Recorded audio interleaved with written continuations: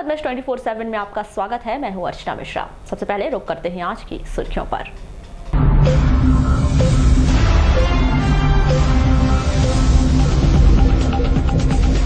तालाब में उगले चलन से बाहर हुए पुराने नोट, भानेगांव स्थित तालाब की घटना।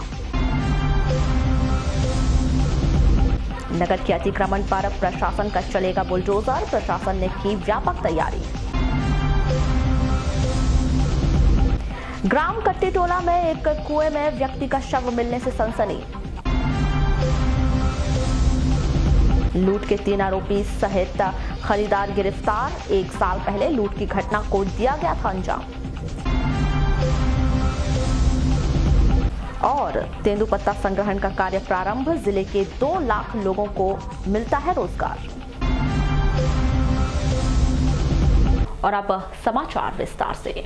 नोटबंदी के बाद चलन से बाहर हुए 1000 और 500 के नोट किरनापुर क्षेत्र के ग्राम भानेगांव स्थित पेट्रोल पंप के पास स्थित तालाब में बड़ी संख्या में नजर आए हैं, जो कि लोगों के लिए कौतूहल का विषय बना हुआ है। बताया जा रहा है कि इन नोटों को ग्रामीणों के द्वारा घर ले जाया गया। इस मामले को लेकर अब तक पुलिस को सूचना नहीं दी गई है।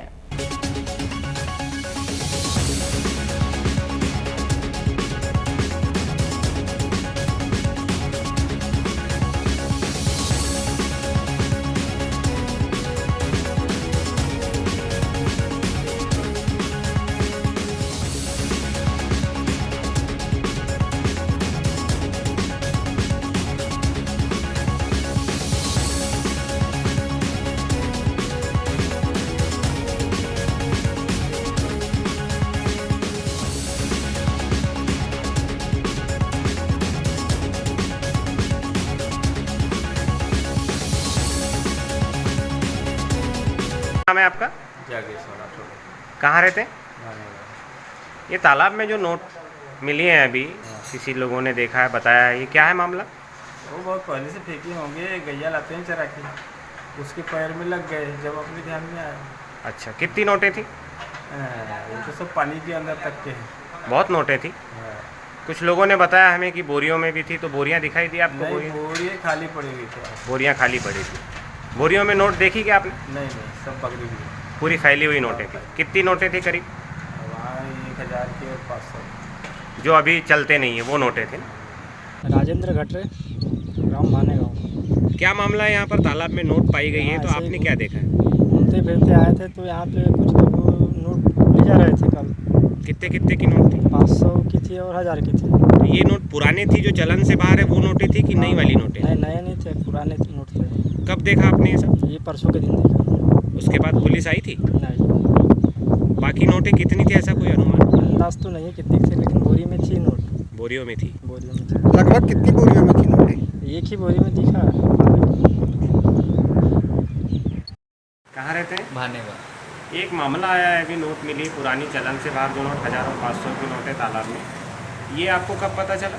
ये 2 दिन पहले की बात है। अच्छा, कहाँ देखा, किसने देखा? वो गाय चराने वाले के साथ गए थे अपन, तो उनने बताया कि नोट गिरा हुआ है, तो अपन जाके देखे वहाँ पे। कितनी नोटें थी? नोट तो बहुत सारी थी, पूरी सड़ गई थी। अच्छा, कोशिश की आपने और अंदर निकालने की, या फिर वो जो नोटें थी वो कहाँ चली गई? नहीं, वहाँ नीचे जाने की कोशिश नहीं की, तालाब खराब था ना, करके नीचे नहीं गए। फिर नोटें वहाँ नहीं है तो किन लोगों ने ले गया? अब उतना नहीं मालूम कौन ने ले गया, तो पर बच्चे लोग गए थे वहाँ, सब उठा लिए थे इधर उधर से। कितनी नोटें थी वो? नोट फिर भी बहुत सारी थी, नोट पूरी इधर उधर बगरी। बोरियां थी क्या मालूम? नहीं, बोरी नहीं दिखी। बोरियां नहीं? नहीं, वहाँ जो बोरियां आजू बाजू पड़ी हुई है वो बोरियों में? नहीं, वो बोरियों में नहीं थी। तब आपने देखा तब बोरियों में नहीं थी? नहीं, खुली थी? हाँ, वो खुली हुई थी। बहुत सारी नोटें? हाँ। जिले में तेंदुपत्ता संग्रहण का कार्य प्रारंभ हो गया है। वहीं तादाद में ग्रामीण क्षेत्रों के लोग इस कार्य में जुट गए हैं। गर्मी के दिनों में रोजगार के साधन कम होने से यह कार्य लोगों को बहुत मददगार साबित हो रहा है। आपको बता दें कि गर्मी के दिनों में जिले में बहुतायत में महानगरों की ओर पलायन होता था। वे लोग भी तेंदुपत्ता संग्रहण के कार्य में लग गए हैं। इस वर्ष तेंदुपत्ता संग्रहण के रेट में 500 रुपए प्रति मानक बोरा वृद्धि होने और इसका नकद भुगतान होने के चलते लोग इस कार्य में ज्यादा रुचि ले रहे हैं।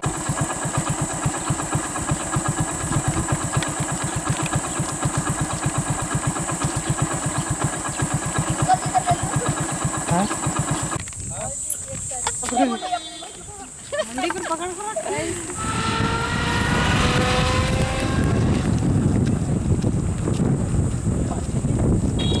महीना चलता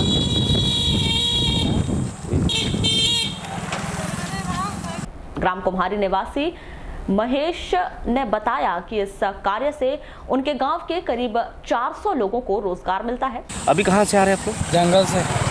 जंगल क्यों गए थे आप लोग? पत्ता के लिए। पत्ता के लिए? तो पत्ता मिल रहे हैं अभी? पत्ता मिल रहा है जी, कौला है अभी थोड़ा कौला है। हाँ। तो लेंगे कि नहीं लेंगे वो लोग? लेंगे अभी। लेंगे। हाँ। अच्छा ये बता कब से स्टार्ट हुआ ये हुआ है 3 दिन हो गया है। 3 दिन हो गया। तो कैसा सैकड़ा मिल रहा है पत्ता आप लोगों को? ये 250 रुपये मिल रहा है। और बोनस वगैरह मिलता है कि नहीं मिलता है? अभी बोनस का पता नहीं है हमको। तो पिछले साल जैसे आपने ले गए होंगे तो उस समय बोनस मिला कि नहीं मिला? बोनस मिली। कितना मिला था? किसी को 5000, किसी को 6000, किसी को 7000। पत्ता देखिए। गाँव के कितने लोग को इससे रोजगार मिलता है? गांव के लोगों को कम से कम 300-400 रोजगार आदमी जाते हैं पत्ता के लिए। हर साल करते हैं? हाँ, हर साल। जैसे दूसरे गांव कमाने जाते थे कुछ लोग, जैसे सीजन ये सीजन चालू होता है, रुकता है, प्लान रुकता है। अच्छा, फिर भी हजारों लोगों को काम मिलता होगा? हाँ, 1500 लोगों को काम मिल जाता है। वहीं इसके संबंध में दक्षिण सामान्य वन मंडल के डीएफओ देव प्रसाद जे ने बताया कि इस वर्ष तेंदुपत्ता संग्रहण का रेट बढ़ने और नकद भुगतान होने से अधिक तेंदुपत्ता संग्रहण होने की संभावना है। इस कार्य से जिले के करीब 2 लाख लोगों को रोजगार मिलता है। कितना लक्ष्य रखा गया सर अपने बालाघाट, दक्षिण बालाघाट? मतलब हर साल हमारा रेगुलरली 54,300 करीबन मानक बोरा का लक्ष्य रहती है। इसमें लगभग 90,000 करीबन संग्रहक लोग पूरा हमारा दक्षिण बालाघाट के अंतर्गत है जाके पत्ता तोड़ते हैं।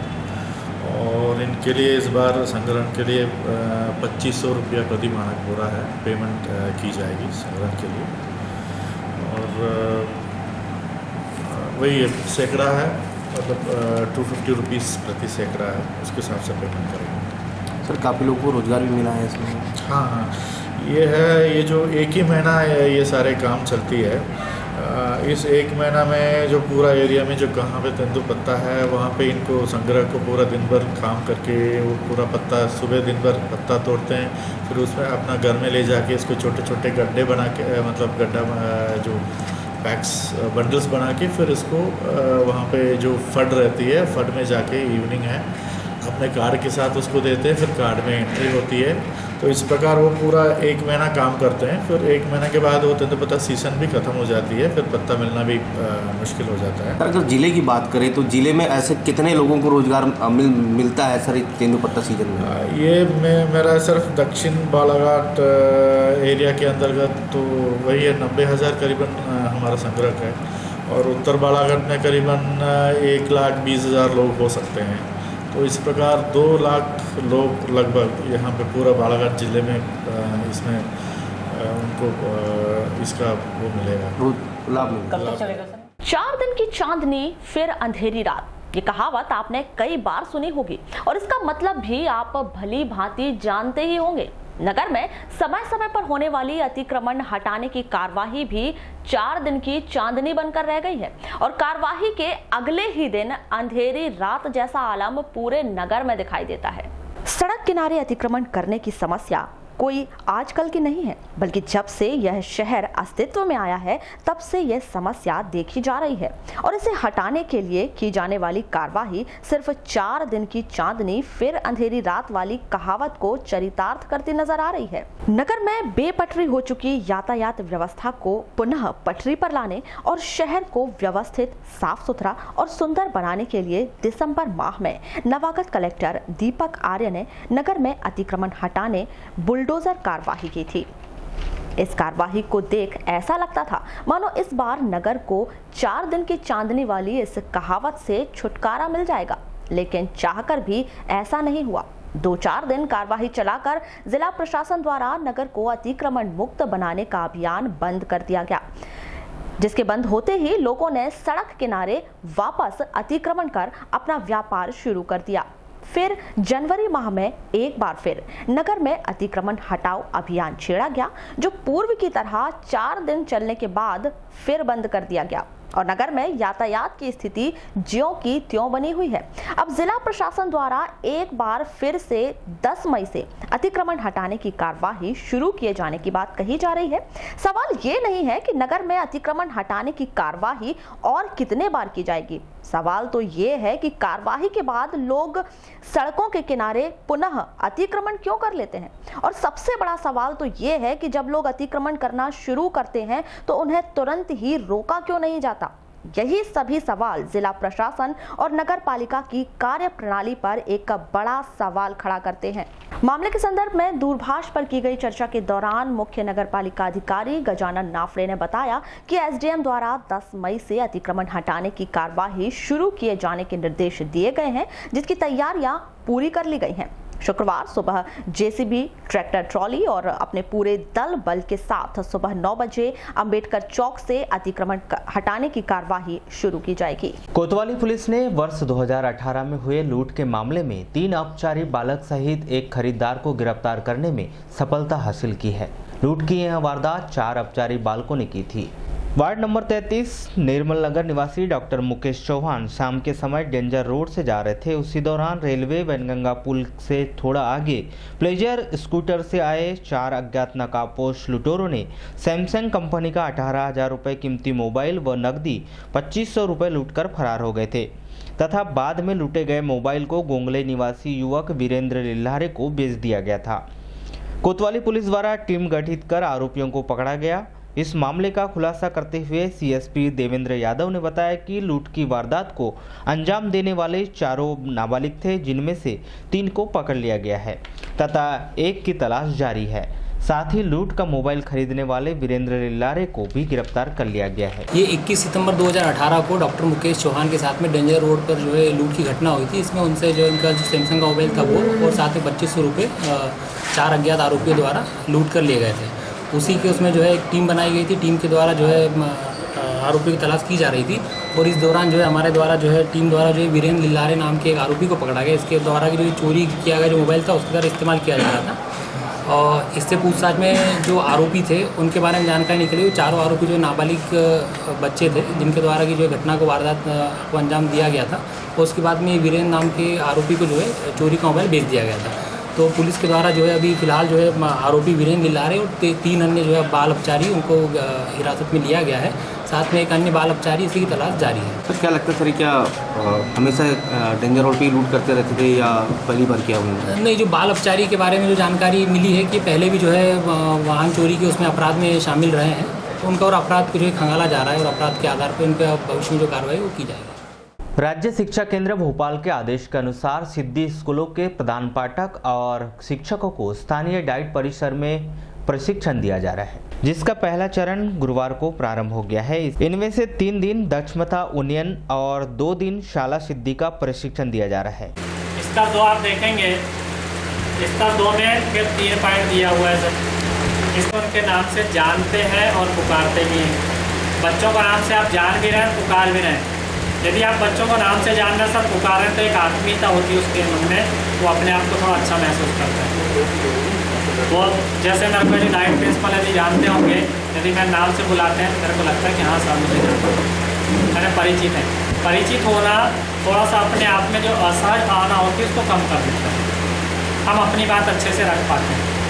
यदि बच्चे को भी आप नाम से जानते हैं तो वो सोचता है कि सर मुझे जानते हैं, अपनी बात करने में आपको झिझकेगा नहीं, थोड़ा सा उसके मन में एक अलग भावना है।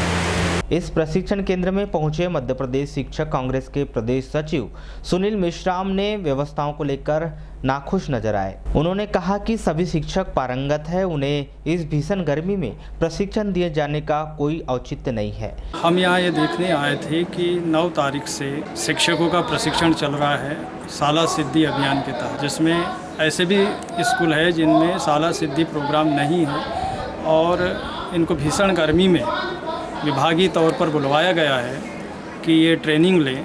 तो हम ये देखना चाह रहे थे कि यहाँ पर सुविधाएं क्या दी जा रही है। ट्रेनिंग के समय शिक्षकों को क्या शुद्ध पेयजल दिया जा रहा है, क्या कूलर पर्याप्त मात्रा में है। हम कल ही मिले थे तो हमने 2-2 कूलर की व्यवस्था के लिए यहाँ प्रशिक्षण प्रभारी तितरमारी जी से चर्चा की थी, लेकिन अभी देख रहे हैं कि 1-1 कूलर है। तो अभी हम इस बात को तितरमारी जी से कहेंगे कि 2 कूलर की व्यवस्था करें और जो शिक्षक हैं उनको पर्याप्त सुविधाएं देने का प्रयास किया जाए।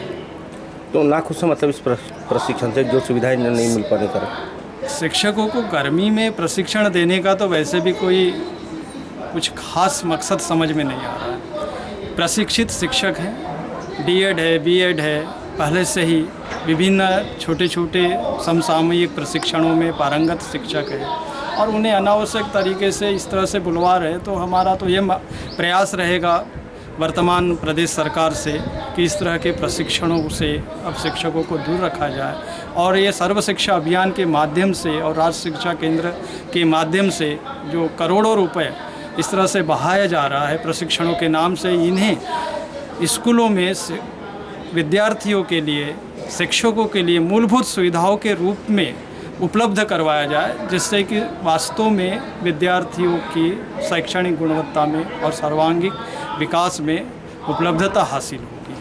वहीं प्रशिक्षण प्रभारी केडी तीतरमारे ने कहा कि पहले चरण में 2 सैकड़ा शिक्षक प्रशिक्षण प्राप्त कर रहे हैं। गर्मी को देखते हुए कोई कमी है तो समस्या का समाधान कर दिया जाएगा। सर, ये जो ट्रेनिंग है राज्य शिक्षा केंद्र भोपाल में संचालक महोदय के आदेश से चालू हो रहे हैं।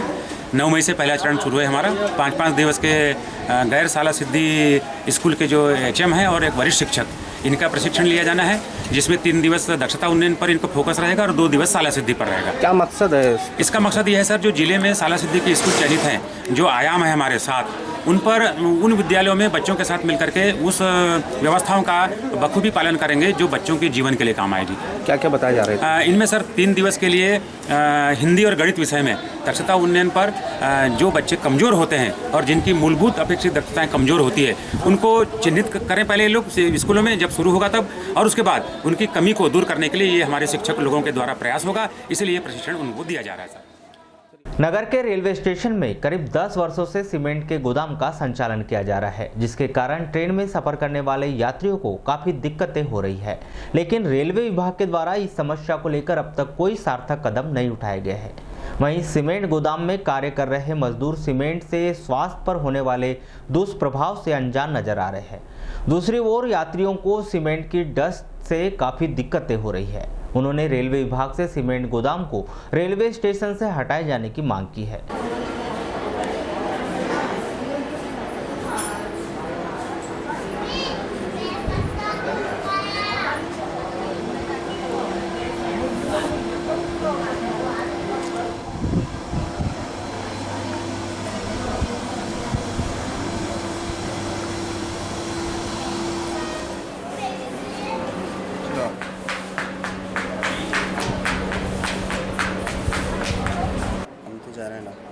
अच्छा, यहाँ पर आपने काफ़ी नगर में नागपुर में भी काफ़ी जगह देखा होगा रेलवे स्टेशन है, तो क्या आपको कहीं सीमेंट डिपो दिखाई दिया है? नहीं सर, पहली बार यहीं दिखाई दे रहा है। कहाँ दिखाई दे रहा है? बालाघाट पे। अच्छा, क्या लगता है यहाँ पर जो काम चल रहा है उससे यात्रियों पर क्या प्रभाव पड़ता है? बहुत परेशानी हो रहा है ना सर इसमें। अच्छा, धूल उड़ता होगा, सीमेंट आते हैं, सीमेंट आते हैं, तूफान आया तो फिर आम कर इधर सीमेंट आया। कितने सालों से देख रहे हैं यहाँ? सर अभी तो यहाँ 2 साल से 2 साल से देख रहे हैं। तो किस प्रकार की व्यवस्था होना चाहिए रेलवे प्रशासन की ओर से? इसके हिसाब से तो सर इस सीमेंट का गोदाम यहाँ होना ही नहीं था। होना नहीं था। और यहाँ पर आप देख रहे हैं काफ़ी मजदूर काम कर रहे हैं, तो क्या लग रहा है कोई मास्क या ऐसा कुछ पहन के काम कर रहे हैं? नहीं, वो तो पूरा ओपन में ही काम कर रहे हैं, कुछ भी पहले नहीं है। यानी कहीं ना कहीं उनके कान में बांधने के लिए 4 साल। कितनी मजदूरी मिलती है? कभी 500, कभी 600। अच्छा। तो यानी कि आपको मालूम होगा कि सीमेंट के कारण जो अंदर जाता है तो लंग्स में दिक्कत होती है, स्वास्थ्य पर प्रभाव पड़ता है। ऐसा कुछ नहीं होता है। ऐसा कुछ नहीं है। पानी की व्यवस्था भी नहीं है वहाँ पर? जी। कितने मजदूर काम कर रहे हैं? बहुत सारे। तो ठेका पर है क्या? हाँ, ठीक। इस मामले में दूरभाष पर चर्चा के दौरान रेलवे स्टेशन प्रबंधक श्री कुशवाहा ने बताया कि रेलवे स्टेशन से सीमेंट गोदाम हटाए जाने के कोई निर्देश प्राप्त नहीं हुए हैं। मलाजखंड के टाउनशिप में युवक मोहम्मद रजा ने अपने घर के कमरे में फांसी लगाकर आत्महत्या कर ली, जिसकी फांसी पर लटकी लाश पुलिस ने बरामद की है। 8 मई को मोहम्मद रजा घर में अकेला था, उसी दौरान उसने यह आत्मघाती कदम उठाया। लालबरा के ग्राम पंचायत धपेरा के ग्राम कट्टी टोला रोड पर एक खेत में स्थित कुएं में आज एक व्यक्ति की लाश बरामद की गई। मृतक की शिनाख्त हीरालाल मड़ावी के तौर पर की गई है। आपका नाम? गिरिजलाल मड़ावी। हाँ जी, गिरिजलाल मड़ावी। कहाँ रहते हो आप? कटी टोला। किसकी डेथ हुई है ये? मेरे पिताजी। तो कैसी क्या घटना, कहाँ गई थी ये? वो शादी में गए थे रात में, पैसा क्या हुआ तो कब रात में यानी? रात में। किसके यहाँ की शादी में गए थे? गुलाब नकपुरी। किसकी? गुलाब नकपुरी के यहाँ गए थे। वो कहाँ रहते? दपेरा। दपेरा गए थे। कितने बजे घर से निकले थे? 6 बजे निकल गए थे घर से कल। हाँ। तो फिर शादी लगा तो वापस घर नहीं आए? नहीं। तो आपको जानकारी कैसे लगी कि ये? जानकारी तो मेरे को मालूम था, मैं काम पे गया था। हाँ जी। कोई बोले मर्डर हुआ तुम्हारे काम में, बोले तो आ गया काम से। हाँ तो फिर क्या हुआ उसके बाद? उसके बाद फिर वो देखे तो बाप पिताजी। तो कहाँ पे मिली लाश इनकी? कुएं के अंदर। कुएं के अंदर? तो कुआं क्या आपके गांव में थे क्या? और धपेर हमारा गाँव। दपेरा में? हाँ। तो क्या लग रहा है आपको, किसी ने क्या किया होगा? समझ नहीं आ रहा। किसने किया कुछ आपको मालूम नहीं है? नहीं। गुरुवार को जिला सहकारी बैंक सभा कक्ष में एक अहम बैठक का आयोजन किया गया, जिसमें किसानों को हो रही विभिन्न समस्याओं को लेकर बैंक के वरिष्ठ महाप्रबंधक विजय सिंह कुर्मी ने शाखा प्रबंधकों को जमकर फटकार लगाई। आयोजित इस बैठक को संबोधित करते हुए श्री कुर्मी ने सभी शाखा प्रबंधकों को निर्देशित किया कि यह बैंक किसानों का बैंक है, जहां किसानों की सुनवाई होनी चाहिए। यदि कोई शाखा प्रबंधक किसानों की सुनवाई नहीं करेगा या किसानों को परेशान करेगा तो उस पर तुरंत कार्रवाई की जाएगी। ठीक है, नहीं तो बात तक तुम्हारा काबिलियत में करेंगे ना, ठीक है, ऐसे काम नहीं करेगा। तो काम करोगे तो कहीं तो करते हैं, काम नहीं करोगे तो ढेर सारी समस्या आ रहेंगी आपकी, ठीक है ना, ऐसे काम नहीं चलेगा। परस्पर 2 समिति की भिजवा दी सर, और एक कल लेकर के आ गया वहाँ से, तो फोन की बात हुई। ये करा के ही जाना जी, कोई काम आ रहा तो समय आपने छोड़ा, तो समय एक ऐसी चीज है, उसका मैनेजमेंट जिसने जितनी बेहतर तरीके से कर दिया उतना ही उसका बेहतर काम होता है। अगर समय मैनेजमेंट आप नहीं कर पाते तो समझ लो कि आपकी सब नजर व्यवस्था तो समय की बिना करे हुए मिलेगा नहीं। बहुत मैनेजमेंट है, मैनेजमेंट के हिसाब से बात करती है, इसलिए कोई भी असमंजस में ना रहे, क्लियर होता जाए, ठीक है। इस माह के वेतन को हम जब आपको वेतन देंगे तो पहले हम सब ये बुलवाएंगे कि किस ब्रांच मैनेजर को कितने करना थे, लाओ एक ब्रांच मैनेजर की हम जी सब निकलवाएंगे, उस हिसाब से आपके वेतन का। जिला सहकारी बैंक शाखा लालबर्रा में आज क्षेत्रीय किसानों के द्वारा बिक्री के लिए लाए गए गेहूं को समिति प्रबंधन ने रिजेक्ट कर दिया। आपको बता दें कि प्रबंधन समिति द्वारा FAQU सैंपल से किसानों के गेहूं का मिलान किया जा रहा है, जिससे किसान परेशान हैं।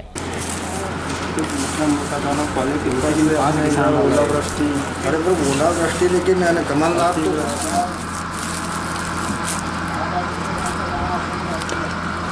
तो छापने का है, हम भी जा सकते कुली बन के हैं ना, कुली हमको ही बनाना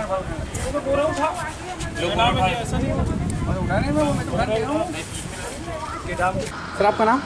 मैं तुलसीराम मुझे दरिया का रहने वाला हूँ, वर्तमान में जनपद सदस्य हूँ। मैंने आज सोसाइटी मार्केटिंग सोसाइटी लालबर्रा गेहूँ का सैंपल लेकर के आया। जो सैंपल इनके अधिकारी लोगों के मुताबिक सैंपल को हमारा रिजेक्ट किया गया, जिसमें इन्होंने बताया कि इस क्वालिटी का गेहूं होना है। तो मेरा तो अंदाज़ है कि गुजरात और पंजाब के बगैर उस क्वालिटी का गेहूं लालबर्रा ब्लॉक में पैदा ही नहीं हुआ कहीं, यानी जबकि मैं भी एक किसान हूँ, यानी समझ लो यहाँ मेरे पास नहीं हुआ है या कुछ किसानों के पास नहीं हुआ, तो अच्छी क्वालिटी का तो गेहूँ नहीं हुआ है कहीं। ओलावृष्टि तो खैर अब हमारे यहाँ हो गया है थोड़ा बहुत, और किसान के पास गेहूं है, चना है, अगर नहीं बेच पाएगा तो कहाँ बेचेगा या कहाँ, है ना समझ फेंकने के काज उसमें आ जाएगा। तो कितना गेहूं है आपके पास? मेरे पास तो 20 कट्टी 22 कट्टी गेहूं हुआ है, कोई ज़्यादा नहीं है, कोई व्यापार नहीं कर रहा हूँ मैं, लेकिन 20-22 कट्टी गेहूं को भी है ना किसान। सबका नाम? मैं सुभाष गुप्ता। गेहूँ खरीदी केंद्र वृत्ताकार सहकारी समिति लाल बर्रा। तो क्या समस्या रही गेहूँ खरीदी को लेकर अभी किसानों के बीच में? गेहूँ FA की क्वालिटी का खरीदा जाना है शासन के निर्देशानुसार, लेकिन इस वर्ष अतिवृष्टि और ओलावृष्टि की वजह से वो क्वालिटी वैसी क्वालिटी नहीं बन पाई है, जिस वजह से काफ़ी किसानों का गेहूँ खरीदने लायक नहीं है। FA की क्वालिटी में मानक स्थिति में नहीं आ रहा है। मतलब कैसी क्वालिटी का गेहूँ लेनी चाहिए आपको? सामने से कुछ नियम आए कि इसके लिए? सामने से हमको अधिकारियों द्वारा एक सैंपल डिब्बा दिखाया गया है जिस क्वालिटी का गेहूँ तो सर ये सामने से ही आया आपके पास में? FA की क्वालिटी में आया करके इसके हिसाब से ही इस गेहूँ को मानक मानते हुए इसी के समतुल्य जो है उनको लेना है। तो अभी तक सर केंद्र में लगभग कितने किसानों का गेहूँ रिजेक्ट किया जा चुका है? यहाँ पे किसान लोग पहले सैंपल लेके आते हैं गेहूँ पास होगा या नहीं होगा बताने के लिए, देख करके उनको फिर बताना पड़ता है कि ये गेहूँ आपका चलेगा या नहीं चलेगा। और अधिकतर लगभग 90% गेहूँ तो सब पानी मतलब खाया हुआ है, इस वजह से मानक स्थिति उसमें नहीं आ रहा है क्वालिटी में, तो उनको नहीं लिया जाएगा तो रिजेक्ट। मलाजखंड थाना अंतर्गत पाथरी पुलिस चौकी के वड़टोला पुलिया पर बैठे युवक की स्कॉर्पियो की ठोकर से मौके पर ही मौत हो गई। मृतक राहुल सिघंधुपे ग्राम बिठली पाथरी निवासी है। नगर के बैहर चौकी स्थित श्री सिद्ध शक्तिपीठ महाकाली दुर्गा मंदिर का 24वां वार्षिक स्थापना दिवस समारोह आस्था भाव के साथ मनाया गया। मंदिर के स्थापना दिवस के कार्यक्रम 7 मई से प्रारंभ हुए, जिसमें रुद्राभिषेक, कलश पूजन, 56 भोग सहित विविध कार्यक्रम किए गए। वहीं गुरुवार की शाम को प्रतिमा की स्थापना दिवस के अवसर पर बड़ी संख्या में लोग शामिल हुए।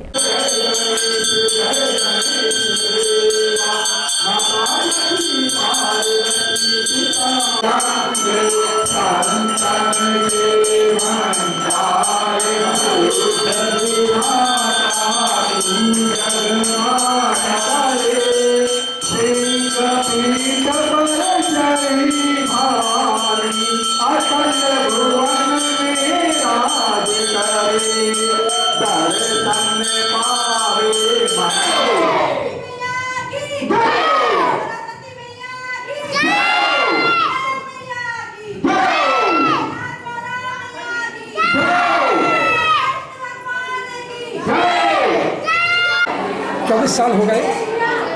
हर साल बैसाख मास के अक्षय तृतीया से पंचमी तक 3 दिन का कार्यक्रम होता है और पंचमी को 56 प्रकार का भोग माता जी को लगता है। इस मंदिर में महाकाली, लक्ष्मी, सरस्वती, दुर्गा जी, हनुमान जी, भैरव जी, राधा कृष्ण, शिव परिवार सभी देवियां विराजमान। समय समय पर यहाँ पर कार्यक्रम होते रहते हैं। हर मंदिर ग्रामीण थाना अंतर्गत ग्राम कटंगी में डीजे बजाने के विवाद को लेकर एक युवक को चाकू मारकर घायल कर दिया गया। घायल युवक कुणाल मेश्राम रामपायली निवासी को जिला अस्पताल में भर्ती किया गया है। बुलेटिन के अंत में एक बार फिर नजर डालते हैं आज की हेडलाइंस पर।